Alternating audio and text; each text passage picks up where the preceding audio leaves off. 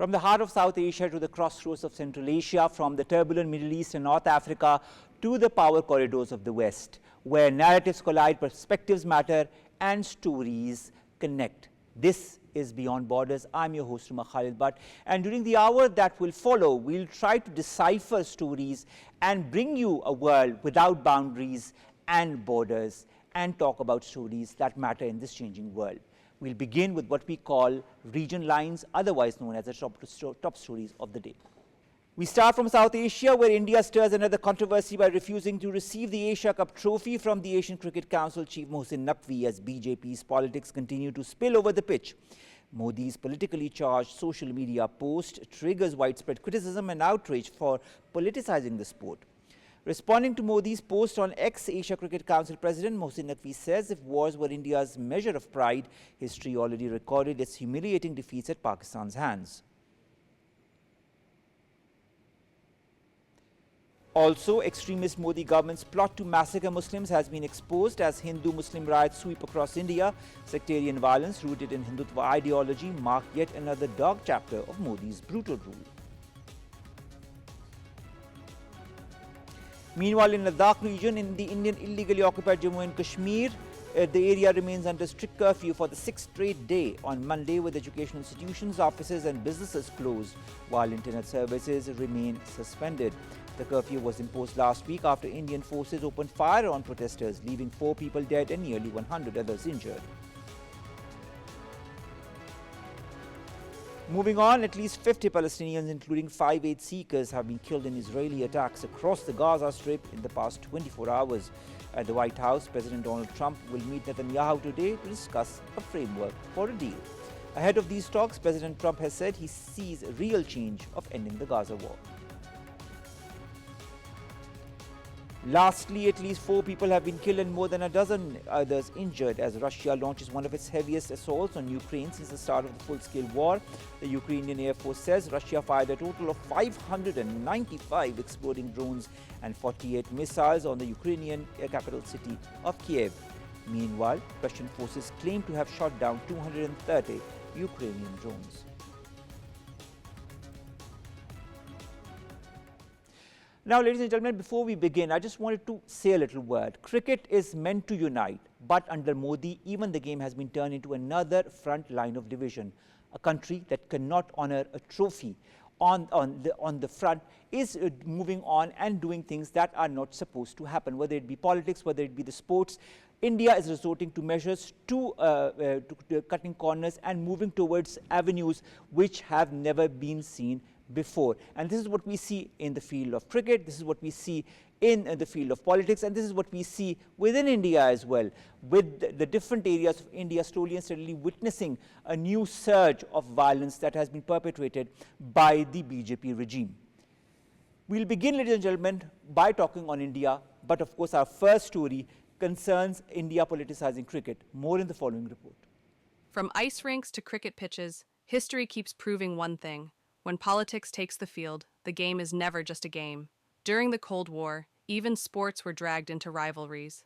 The Olympics, basketball courts, and even chessboards became symbols of political battles. And the result was always the same: athletes paying the price and sportsmanship sacrificed to ideology. Today, history is repeating itself. At the 2025 Asia Cup, the Indian team first refused to shake hands with Pakistani players.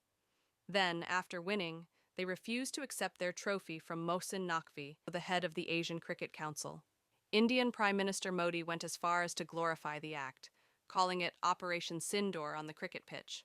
To this, Mohsin Naqvi hit back on X, saying, "Don't drag politics into the game. The truth can't be changed. A match can't rewrite history." Modi's tweet sparked widespread criticism, even from within India. Many called the post tone-deaf and inappropriate, given the serious military connotations associated with the term. Critics also pointed out that Modi's remarks overshadowed the spirit of the game and further fueled political tensions. Cricket has always been called the gentleman's game, but when trophies and handshakes turn political, respect and fairness take a back seat. Observers warn that the growing clout of the BCCI risks turning cricket into a political weapon. From Cold War arenas to Asia Cup, the lesson remains clear: Games are never just games when politics enters the field. And India should remember, politicizing sports doesn't bring glory. It only destroys sportsmanship, divides people, and turns the gentleman's game into nothing more than another battlefield. We've been joined by Brigadier Masud Ahmed Khan Sahab. He's a senior analyst, joins us right here in the studios. Thank you very much, Brigadier Sahab, to have joined us. Equating cricket with Operation Sindoor, as we've seen in the tweet by Indian Prime Minister Narendra Modi, don't you feel he has not only insulted his own fallen soldiers but also reminded the world of India's humiliating military failures against Pakistan? Yes, exactly. It is the same situation, and unfortunately, as according to my perspective, India will take 10 to 15 years to cover up this humiliation which Pakistan has delivered to them through Operation Bayan Marsus and Marke-e-Haq. So that's why they are trying to cover up these humiliation, these setbacks through different means. And this was one of the aspects they have used the cricket. As previously we have seen the cricket has been used to heal the division, rather a sport which basically used to unite the different teams, different countries. So that, but India has a history. When, if you recall, it was again Shiv Sena back in probably 80s when they dug up the pitch in probably it was in New Delhi. And subsequently we have seen, and even when we talk of this Asia Cup, and we have seen that even 15 days before the start of the Asia Cup, there was a handshake between the various players, and Naqvisa was there. And then subsequently, the drama which was staged on the final day, so that was on the direction of the Indian government, and that was a nationalistic approach was adopted as just for the cameras. So that is how the Indians, they are trying to cover up the humiliations and trying to give a message to domestic audience that we have taken a strong stand. But Brigadier Sir, why is India turning cricket, that is known to be a gentleman's game, into a weapon of hostility against Pakistan? That is very simple. As far as them, there is no. This is not a game of gentlemen. If it was a game of gentlemen, there should have been some understanding between the two teams. But they basically, and as I said I quoted in the past, there have been some incidents where they were instrumental in damaging the sports. So again, in case of cricket, they have been doing in the past as well. So probably it is the responsibility of the international sports boards, the International Cricket Council, which I don't think so they are going to do anything as far as, because Ajay Shah is the son of Amit Shah is heading the ICC. So I don't see any likely outcome as far as some actions or some steps to be taken from that. But it is the international sports bodies like Olympic Association, etc. They can take some steps to, and they can hold India accountable for these violations as far as the game of cricket is concerned. When it comes to the game of cricket, or any game whatsoever, India is becoming more and more hostile under the leadership of Narendra Modi. But when you look at previous instances across the world where there has been hostility between two countries, when it comes to sports, that hostility or that animosity has been put aside for brinkmanship, and this is something that we don't see here. Is it also something that India is doing as a reactionary measure because of what it has faced as humiliating defeat a couple of weeks back, or do you feel there is more to it?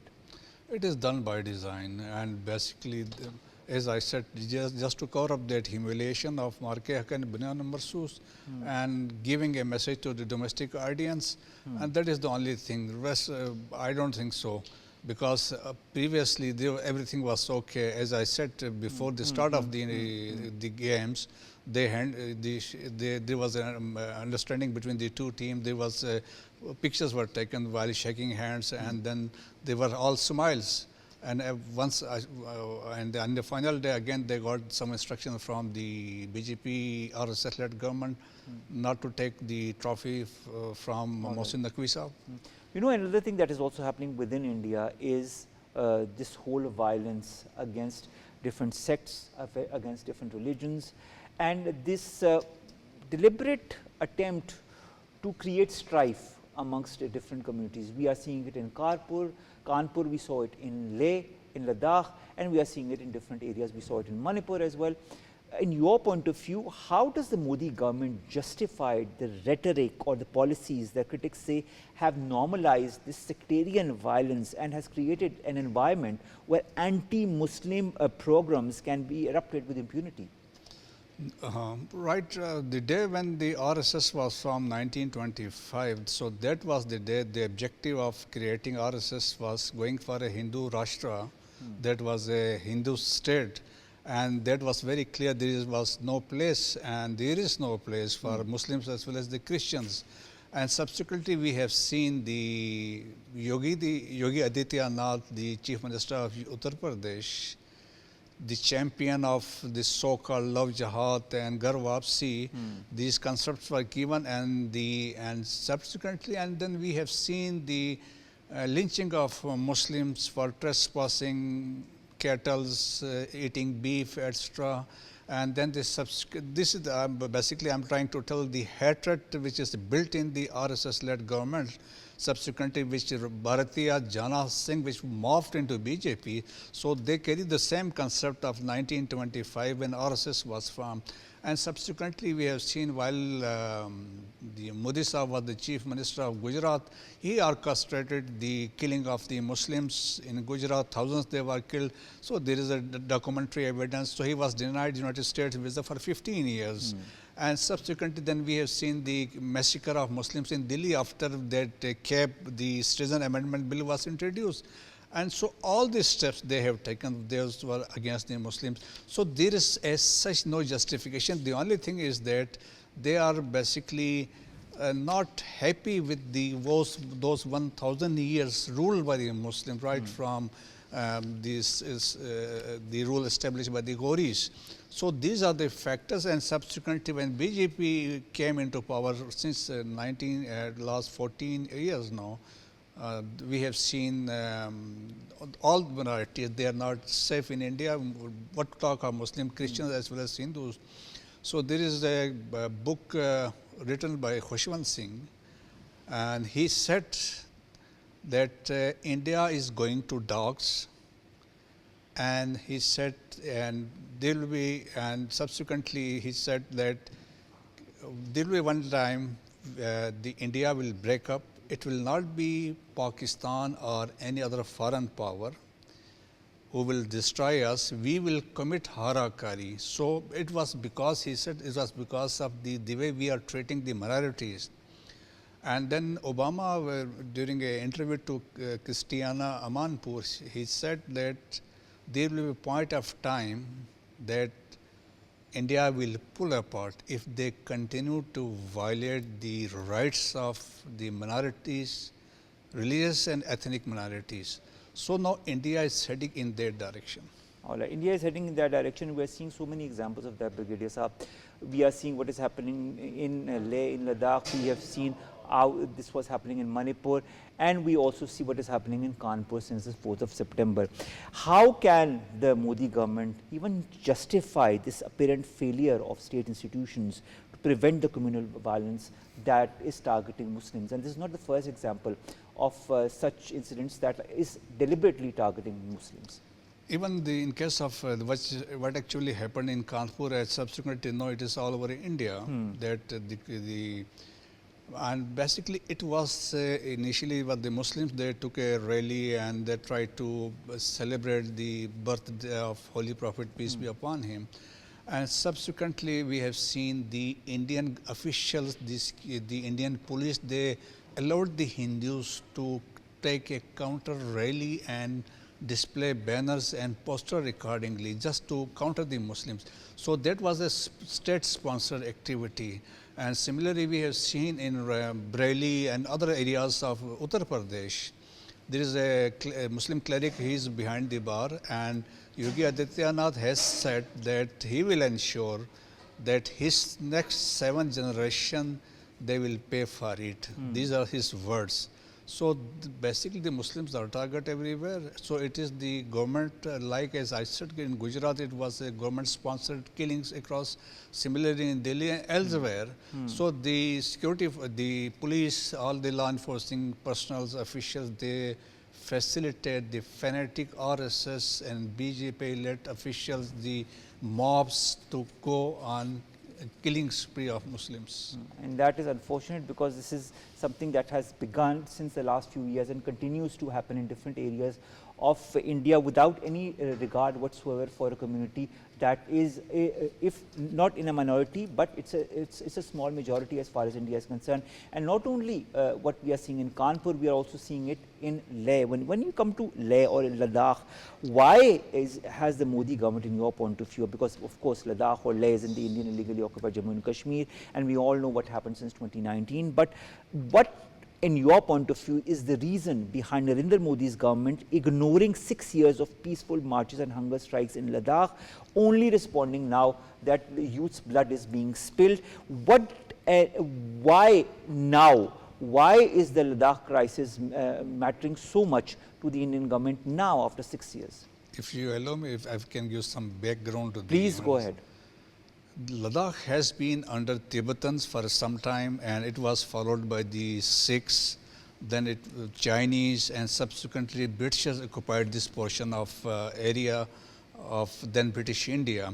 They established Leh as a frontier post, and it is used to be a one of the slick routes right from Srinagar to Leh, and then you cross Karakoram Pass, you go to Khotan, Yarkand and Kashgar, etc. So this was one.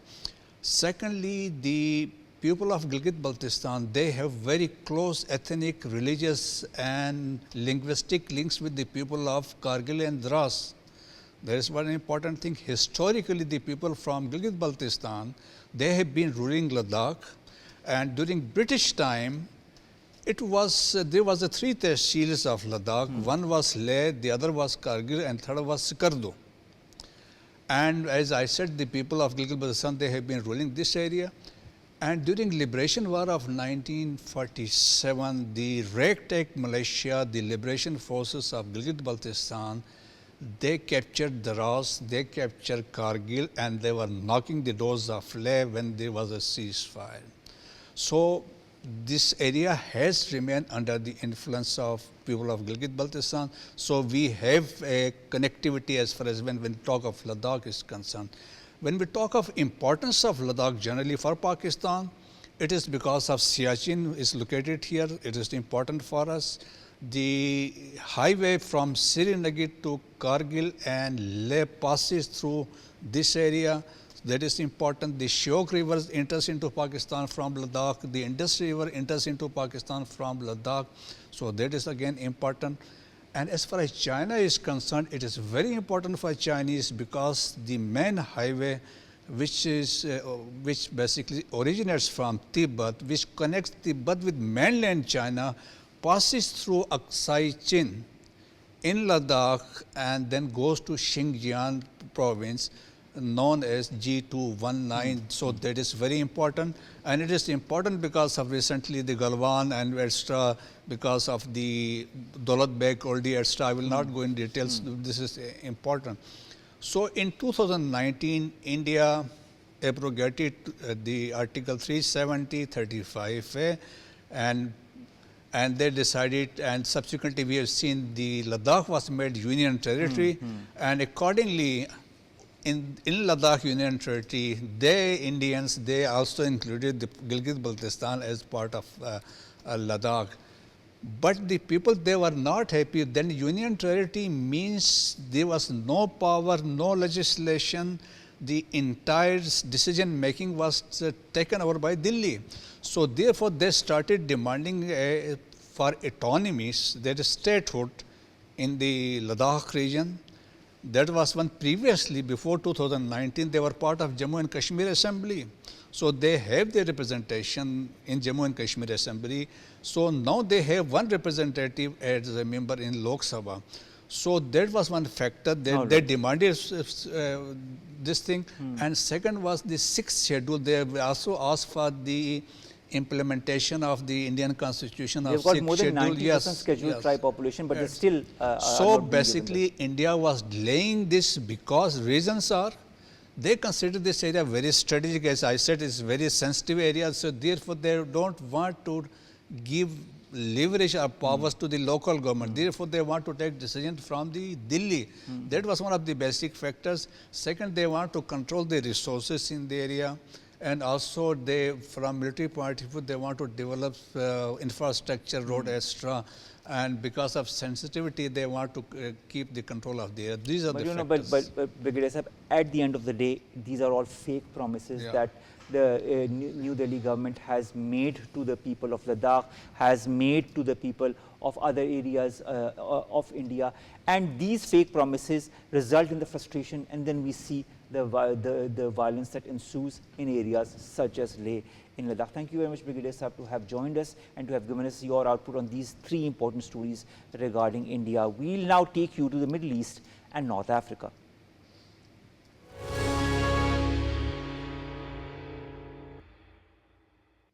The number of casualties continues to increase. Those who are being denied their basic rights, food, medicine, water, continues to increase. People are dying of starvation, people are dying of hunger, and yet Israel continues what it is doing. In this whole scenario comes this ray of hope in the form of a peace plan that Donald Trump has discussed with certain members of the Muslim world, and now is quite optimistic of when he's going to talk with Netanyahu. More in the, of course, we will be, of course, discussing that in detail as well. We'll be talking about the different aspects of this 21-point peace deal and how this is going to matter in the long run and in the coming days as well, and whether Netanyahu is going to implement this or not, or whether he's going to have certain reservations regarding this. But Donald Trump remains extremely optimistic when it comes to this peace plan, and he says that there is a real opportunity to make the Middle East great again, although he has given no details or timeline regarding all of this. A few days earlier, Donald Trump had claimed that he was close to reaching a deal to end the war in Gaza. In a post on his Truth Social platform, he had said, "We have a real chance of making the Middle East great again. For the first time, everyone is ready for something special, and we will achieve it." Now, we know that Netanyahu is in the US, and he's, if he's not already met with Donald Trump, he's going to meet him in the hours that follow. And this is going to be extremely important in the current context of the way Israeli forces have been moving and destroying and making the lives of Palestinians a living hell, and creating what we call genocide, crimes against humanity, and war crimes in that region. Not only in Palestine, but also going beyond Palestine, in Qatar and other areas. We've seen, we've discussed many a times in the last few days also. We have been joined by Dr. Saad Khan. He's an international political analyst, joins us in the studio. Thank you very much, Dr. Saad, to have joined us. Thank you for having me. President Trump claims that his 21-point peace plan has received a very good response from Israel and from Arab leaders. We know that he met them on the sidelines, including our Prime Minister Shehbaz Sharif Saab. Hamas says it has not even received the proposal. Is this plan just about the optics in your point of view, or is there a genuine attempt for conflict resolution? I think it's a genuine attempt for conflict resolution, especially given the keenness of the President Trump for the Nobel Peace Prize. In any case, I think there is a near exhaustion even in Israel of the ongoing conflict, and the people, especially those the relatives of those held or detained by the Hamas forces, they have been putting pressure also.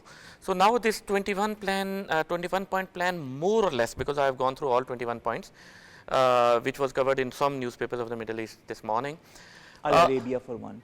Al Arabia for one, which more or less actually agree with whatever Mr. Netanyahu had been saying for 21 months, which is total demilitarization of the Gaza Strip, which is no role for Hamas in any future government, which is immediate release of the detainees which Hamas forces were holding, and no firm commitment about the two-state solution, because the 21-point plan is very vague, using words like peaceful coexistence, etc., etc. And the red line of Mr. Netanyahu, that we will not let a Palestinian state exist side by side, is more or less accommodated in a way. So I think this. What happens to the two-state solution? I think they have kept it vague deliberately in the interest of immediate stoppage of hostilities. To happen and then they want to move ahead. This is what President Trump wants, in your point of view. Yeah, I think President Trump wants now a deal in 21 points, which would be the minimum agreeable point for, by both sides. All right. We've also been joined by Develay. He's an international jurist and a political consultant. Arnaud, thank you very much to have joined us. Arnaud, this 21-point peace plan, then the talks that are going to be held with Netanyahu, the supposed claim that all the sides want to move forward with this 21-point peace plan. Is this going to be a reality, or are there going to be complexities that will or might ruin or delay the prospect of this 21-point deal? Yes, thank you for having me. Well, with Benjamin Netanyahu, unfortunately, everything is always up for grabs. Let's not forget that Netanyahu is fighting for his political survival, if not his freedom. Keeping in mind that he has a lot of corruption cases opened against him. And so we have to be cautiously optimistic. I would say that this could be a way out of the current crisis, which, as you mentioned, has been going on for close to 2 years now. Obviously, the idea of an Arab consortium running the Strip, financing all the reconstruction, of course, Hamas releasing within 48 hours the hostages. The Israeli entity is basically given somewhat of a flexible leeway between 6 and 8 months to withdraw from the Strip. It remains to be seen what the coalition partner of Netanyahu will think about this. I mean, they seem to have a quite peculiar understanding of foreign policy in the region, what with the Greater Israel Project. So it remains to be seen if Netanyahu will be able to convince them to get on board, and nothing is less certain, if you want my opinion. You know, this 21-point peace plan calls for peaceful coexistence, yet there are many ambiguities, as Dr. Saad also pointed upon. At the same time, we see Israel flattening Gaza, we see all that is happening as we speak in real time. Is there a real contradiction between words and action in your point of view? Well, if we take into account the just published statement by Hamas bearing on the uncertain fate of 2 Israeli hostages, it would seem as if, yes, there is a contradiction between the actions of Netanyahu's government and his prime directive, which is to free the hostages. I don't think he cares about the hostages. And in that respect, it's a very cynical way of conducting a kind of a peace negotiation. We saw, and you mentioned it in your introduction, how Qatar, was whipped into reality, hoping that the U.S. would protect them, and in effect, being witness to the Israelis bombing them and bombing the chief negotiator of Hamas, of all things, which is completely, flabbergasting, if you ask me. It's a gross violation of international law. And so again, we have good intentions, we have great speeches, great proclamations, but when it comes down to Bibi Netanyahu's government, it's essentially an unknown quantity. And we know that he aims to open new fronts, maintain those pre-existing fronts, because this is a political life insurance, essentially. And what we can maybe take into account is Donald Trump wants a resolution. He understands that this is dragging his presidency. He's trying to basically approach those talks with Netanyahu today. I know, I understand the whole concept, but also the big question remains that 66,000 plus people have been killed mercilessly so far, and the whole, all the eyes are on Donald Trump, on whether he will initiate that real change as he has been talking about since the last few days. Let's hope and let's pray and let's wish and let's see how things evolve in the next couple of days. Also, I'd like to understand, Arno, concerning this whole scenario that is also embroiling between Ukraine and Russia. Recently also there has been a huge escalation as far as this very violence is concerned. Russia launches around 600 drones, 48 missiles in one of the most sustained attacks on Kiev. Isn't Russia's justification on striking only military infrastructure more or less unjustified when it is asked about it?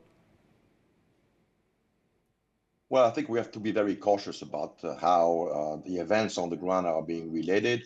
Obviously, Russia is trying to do its utmost to preserve civilian lives, but at the same time, in the face of the unwillingness from the West to sit down and come to serious negotiation as to the root causes of the conflict, Russia has no choice but to keep pressing on westward, liberate the Russian ethnic lands and work out some kind of safety zone in as far as long-range missiles are concerned. And those concerns seems to be, from what we understand from Kellogg, warranted to the extent that we are now being told that long-range missile might be delivered to Kiev. So Russia has to be careful. Russia understands there are elements within the Trump administration and in Europe trying to drag their feet and perpetuate the conflict and present Russia as an existential threat to Europe. And they understand that Trump is not necessarily into this. What we might be seeing rather is a delegating of the Ukraine conflict to Europe. So in essence, Trump is trying to pull out of the conflict. All right. Thank you very much, Arno Develay, to have joined us and to have discussed with us these two important topics, that is the Middle East and the Russia-Ukraine conflict. Thank you very much to have joined us. Dr. Saad, I'd like to also understand, President Zelensky urges the world to impose tougher sanctions, specifically on Russia's energy revenues and tanker fleet. Why, in your point of view, has the international community, especially the US and Europe, failed to adopt divisive measures despite repeated atrocities? Whenever we take the point of view of President Zelensky in isolation, it seems like Russia is, being projected as a villain, which I think we have to deal with caution, because there is a certain point of view of Russia as well. Russia and pro-Russian countries like, several African countries, Mongolia, North Korea, China, and so many others, have been asking about sanctions against Mr. Zelensky as well, because he is, not very amenable towards peace, because he thinks that with American money and with European support and with sanctions against Mr. Putin and Russia, he would get his way. I think that there should be pressure tactics on both sides, especially on Mr. Zelensky, that he comes to terms with the reality that he is losing the war. If he had been all alone, he would have lost long ago. And to stop, the spilling of human blood, which is, the casualties in these past 3 years in Ukraine-Russia war are about 4 times more than in Palestine-Israel war. And that is why I think pressure should be even-handed on both the sides. And why they have not succeeded so far, I think it's realpolitik, because every country, even within European Union, have their own interests, and nobody would like to compromise its energy needs just to please President Zelensky. All right. Thank you very much, Dr. Saad, to have joined us. It was a pleasure talking to you on these two important international topics, and we'll continue to seek your assistance as far as these matters are concerned. This brings us to the end of course, today's Beyond Borders. We'll continue to decipher the borders and boundaries and bring to you stories that matter and stories that concern you, us, and the world, including the different regions. Until then, of course, stay tuned. With tomorrow also we'll bring you stories that will be, of course, important to this region, to Central Asia, to South Asia, and to the West. Allah Hafiz.